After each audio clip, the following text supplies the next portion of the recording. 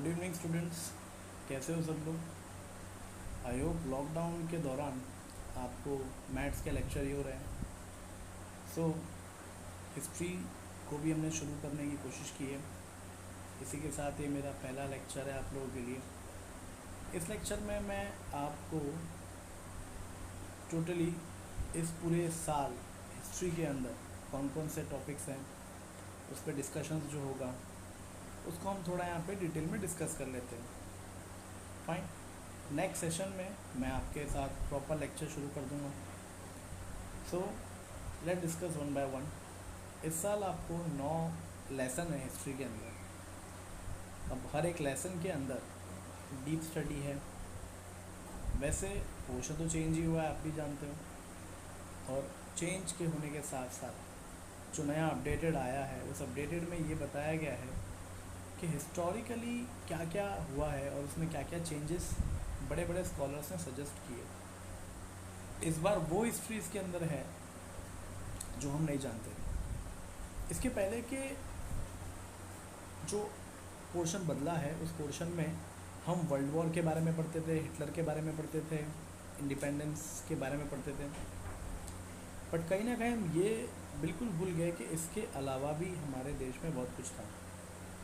सो updated portion में उसी के बारे में बताया गया है। और वो नाम जिनका जिक्र पहले वाले हिस्ट्री में नहीं था उनका नाम इस हिस्ट्री में ऐड हुआ है। फाइन। ये सेशन थोड़े आपको ऐसे लगेंगे कि इनके नाम आप पहली बार सुन रहे हैं, बट नाम तो थे उनके हिस्ट्री में। तो पहला जो लेसन है वो लेसन का नाम है critical summary of history from ancient to modern period. इसमें हम देखेंगे explanation of tradition of historiography. Historiography का वैसे मतलब मैं आपको बता देता हूँ। हिस्टोरियोग्राफी का मतलब होता है कि किसी भी चीज़ को डीपली नरेट करना। फाइन। इसके अलावा understand that the number of western thinker have contributed. जो बड़े बड़े थिंकर्स थे, जो बड़ी बड़ी सोच रखते थे, फिलोसोफर कह सकते हैं, थिंकर कह सकते हैं, जिन्होंने अपने डिसिप्लिन से हिस्टोरियोग्राफी का पूरा हुलिया बदल कर रख दिया। Studies various period of Indian history with a critical comparative view point. जिन्होंने और ऐसे बहुत से पहलुओं पे हमें गौर करने पे मजबूर किया जो शायद हम पहले नहीं करते थे। Obtain information regarding historical research done in India and other country. साथ साथ में इंडिया में जो रिसर्च हुआ है, बाहर जो रिसर्च हुआ है उसके बारे में ही बताया गया है। Explain that history is a scientific discipline. Yes, कहीं ना कहीं कुछ डिसिप्लिन था। अब आज जो हम देख रहे हैं ये आज हमारा प्रेजेंट है, बट इन फ्यूचर ये भी तो हिस्ट्री बनेगा। दूसरा लेसन है applied history. Understand the concept of applied history. Understand the applicability of history in various field and so in the real life. पुरानी जो हिस्ट्री है उसका वास्ता हमारी आज की ज़िंदगी से जुड़ा हुआ है, क्योंकि अगर वो हिस्टोरिकली नहीं हुआ होता तो शायद आज हमारा प्रेजेंट वैसा नहीं होता जैसा उस हिस्ट्री की वजह से हुआ है। वैसे इसका कंसेप्ट यहाँ पे बहुत कम दिया है, इस लेसन में हम ज़्यादा कुछ पढ़ लेंगे।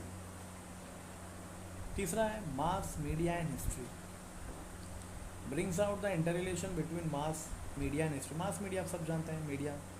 हाँ, पर सोशल मीडिया नहीं मत कह देना, क्योंकि हिस्ट्री में सोशल मीडिया नहीं था, सिर्फ मास मीडिया। अखबार भी वहाँ पर थे। हम इसमें पढ़ेंगे हिस्ट्री ऑफ न्यूज़पेपर्स कैसे आए थे और रोमन एम्पायर्स में कैसे चला करता था। Develops independent historical outlook with the help of various media. Obtain information regarding specialization in concern professional field. फिर लेसन का नाम है entertainment media and history.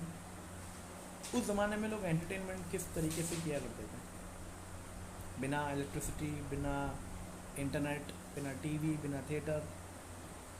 Through lights on inter relation between entertainment and history, understand the changes that have been place in the entertainment media. जैसे कि रामलीला हुआ करती थी, नाटक हुआ करते थे खुले मैदान में। फिर है art, sports, literature and history. किस प्रकार के स्पोर्ट्स पहले खेले जाया करते थे। Let's take prize in the achievement of Indian in the various sports and fields inspired by it. Studies various aspects of art, sport, literature and explain their historical application. फिर बात आती है टूरिज़्म हिस्ट्री पे। Tourism आज हम कहते हैं कि हाँ हम टूर पे जाकर आए, बट पहले से ही ये चीज़ शुरू हुई है। Understand that tourism can offer employment opportunities to many people. शुरुआत कहाँ से हुई?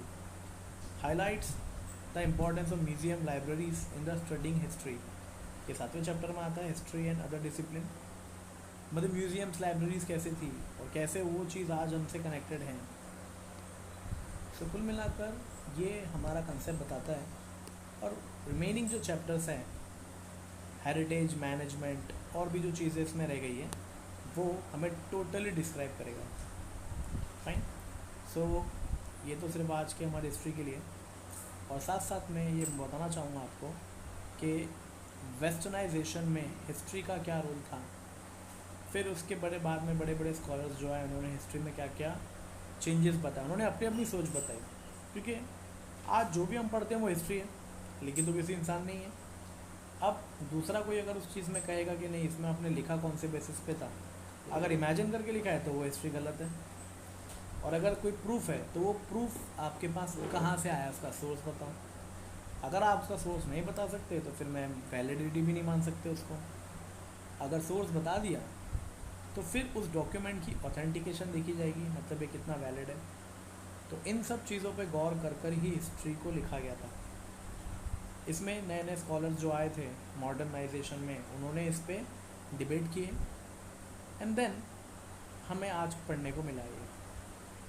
सो guys, as of now history के इस इंट्रोडक्शन पार्ट को आप फिलहाल देखिएगा and stay tune for tomorrow's and I will be taking the first lesson of your history.